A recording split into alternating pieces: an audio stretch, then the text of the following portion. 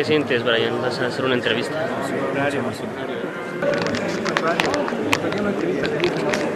Nada más ellos primero, con mucho gusto. Okay. Nosotros somos súper breves, van a ser 5 minutitos. ¿A qué le llama literatura? Esa es una buena pregunta. ¿A qué le llaman qué? Literatura. La lectura que nos abre a la inteligencia, a la imaginación y la belleza, y no tiene otro propósito ulterior. ¿Cómo podría usted relacionar la literatura con otras formas de expresión de arte? Bueno, lo que pasa es que, digamos, por decirlo así, que hay una poética en diferentes expresiones de arte. Sí. Y en ese sentido, quiere decir que hay algo que hermana a las diferentes expresiones, pero por supuesto cada una tiene su medio, ¿no? Es diferente cómo se va a expresar en la plástica, cómo se va a expresar en el teatro, cómo se va a expresar en el cine, pero lo esencial, en todo caso, es que toca los sueños de la tribu, toca las fibras más íntimas de las relaciones interpersonales y la conciencia colectiva. Correcto. Otra más, en la literatura existe ambigüedad entre lo que es el fondo y la forma. Sí, claro. Bueno, más que ambigüedad, están íntimamente relacionadas. Y entonces ahí, eso permite todos los juegos, incluso el juego de que el fondo no corresponde a la forma y se crean teatros del absurdo, pero es una parte del juego. ¿Cree usted que la forma determine los derechos de autor? La forma, más bien históricamente ha habido modelos sobre los cuales se han definido derechos de autor y esos modelos están cambiando. Por supuesto, unos eran los que existían en los tiempos en donde se hablaba de relatos estrictamente pertenecientes al libro.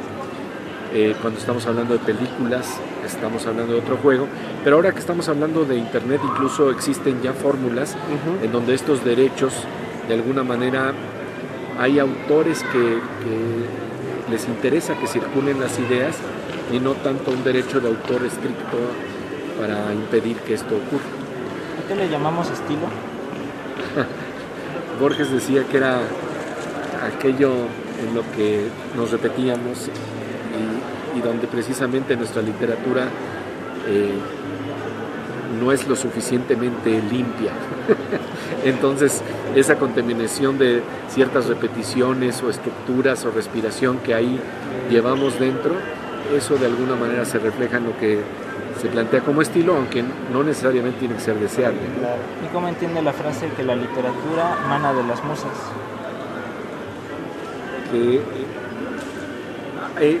Más bien ahí plantearía que son dos realidades las que se tienen que jugar. Una es la de las musas, yo nunca voy a estar en contra de ellas, pero otra es la del trabajo. Entonces, las musas no vienen si no las convocas con el trabajo. ¿Qué relación puede haber entre literatura y lenguaje social?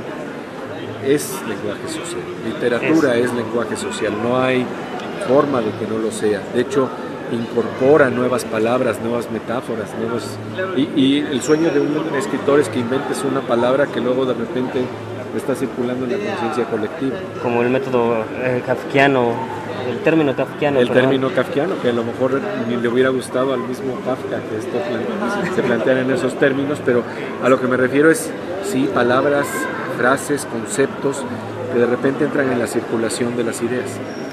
¿Existe una relación entre la literatura y los hechos sociales o solamente emana de la imaginación? No, sí existe, por supuesto.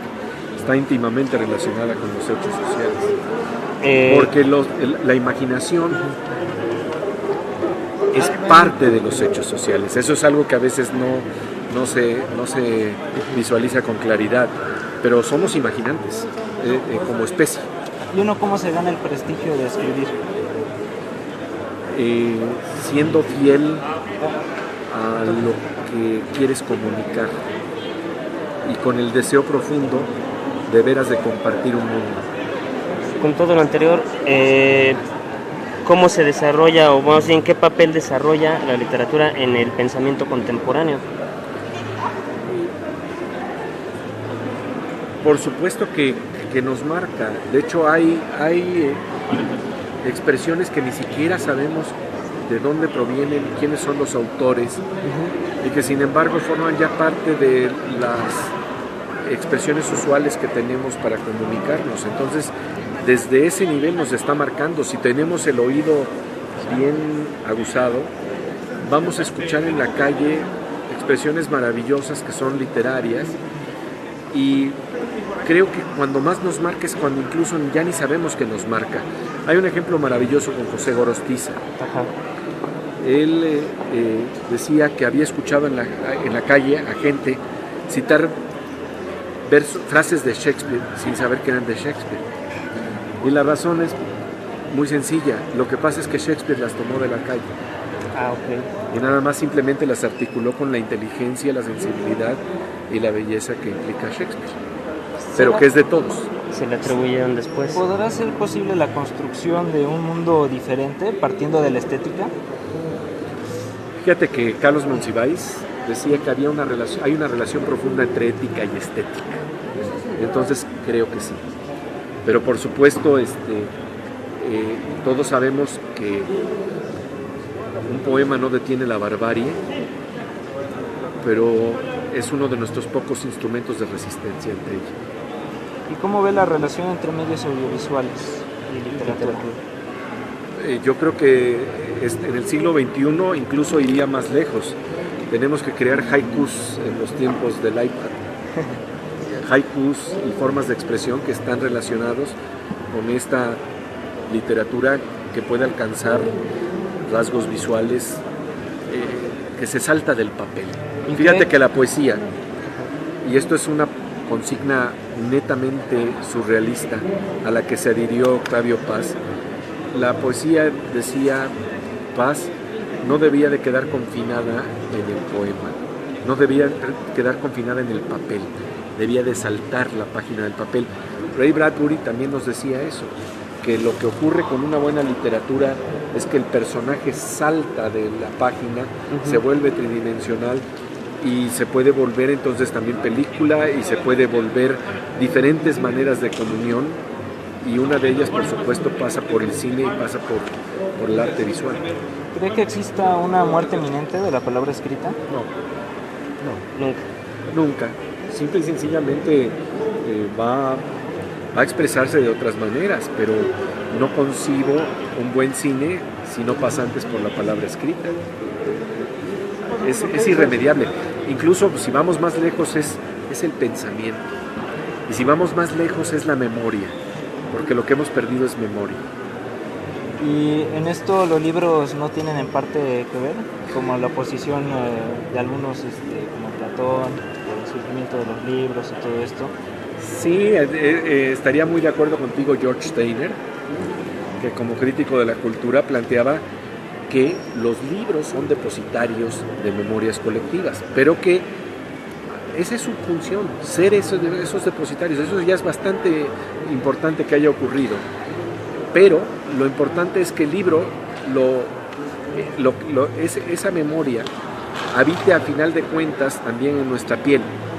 Si volvemos a memorizar, decía Steiner, lo que va a ocurrir es que el pensamiento de Bradbury o el pensamiento de Octavio Paz no está nada más en el libro, está habitando todo tu cuerpo. Al final de Fahrenheit memorizan los libros. ¿Es posible que la mente humana tenga capacidad de memorizar? Bueno, hay unos memoriosos asombrosos que son la excepción, pero bueno, digamos que a final de cuentas el volver a recordar que tenemos contextos más amplios, creo que es la función más importante de los libros y de la literatura y de la memoria. No el que tengas un detallito que te faltó aquí y un detallito que te faltó allá, aunque Dios, dicen, está en los detalles, y el diablo también. Pero lo que me parece en todo caso importante es volver a plantear la importancia de los contextos. Y esos contextos a veces los olvidamos, y la buena literatura nos los vuelve a recordar. Nos vuelve a recordar que la literatura no sirve nada más para angustiarnos, que eso es la razón por la que en Fahrenheit 451 querían quemar libros. Muchas gracias. Nos Agradecemos agradecemos su tiempo. mucho su tiempo, su paciencia No, y no. esperamos verlo pronto. Muchas gracias. Que esté muy Síganle, bien. ¿eh?